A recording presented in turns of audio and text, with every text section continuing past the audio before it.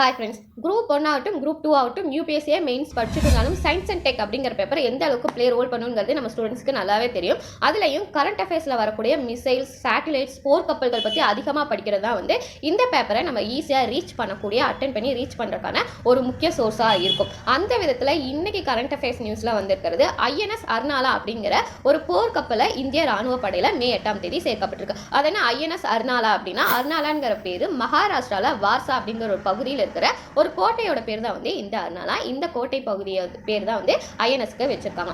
இந்த ஐஎன்எஸ் கப்பல் பார்த்தோம்னா கார்டன் ரீச்சோட ஷிப் பில்டர்ஸ் இன்ஜினியரிங் மூலமா தான் தயாரிக்கப்பட்டிருக்கு. 77 மீட்டர் நீளம் கொண்டது. இந்த சப்மரைன் போர் கப்பல்களை தாக்குறது மட்டும் இல்லாம கன்னி வெடிகுண்டுகளை பதிக்கிறதுக்கும், அது மட்டும் இல்லாம மீட்பு பணிகளை மேற்கொள்றதுக்கும் இந்த போர் கப்பல் ரொம்ப யூஸ் ஆகும் அப்படின்னு சொல்றாங்க.